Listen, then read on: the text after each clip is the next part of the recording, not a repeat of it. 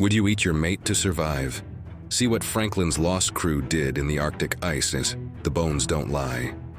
In 1845, HMS Erebus and HMS Terror, two pillars of imperial ambition, sailed into the dawn. Sir John Franklin at the helm sought the final elusive stretch of the Northwest Passage. They carried provisions for years, a confident crew, and the weight of a nation's pride. The ships were last seen by whalers in Baffin Bay, summer of '45. Then silence.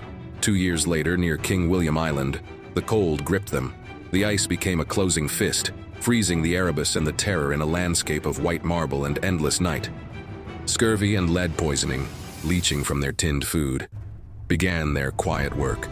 Franklin died first, a year before the ships were abandoned. The long, lightless winter hollowed the men, stealing their strength and hope, leaving only the grim ritual of waiting.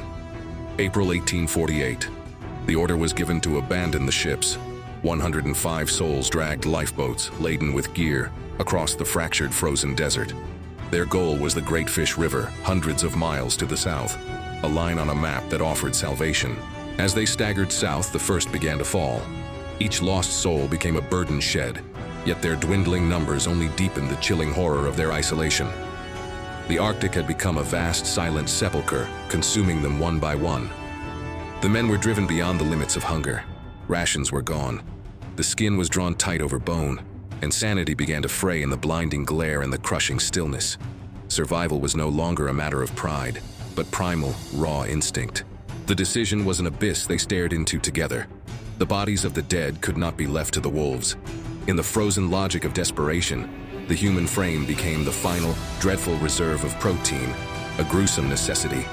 Later, fragments of bone were found, scattered along the long death march. They bore the telltale marks, deep parallel cuts near the joints, evidence of deliberate disarticulation, cracked vertebrae, confirming marrow extraction. This was not savagery, but the cold mathematics of survival. Years later, Dr. John Ray returned with the Inuit testimony. Then McClintock with the written death note and scattered graves. They revealed the tragic final truth of the expedition. Lost to the ice, consumed by hunger, betrayed by the very ambition that sent them. No memorial could capture the horror, the enduring silence, or the sheer desolate majesty of the Arctic that claimed them.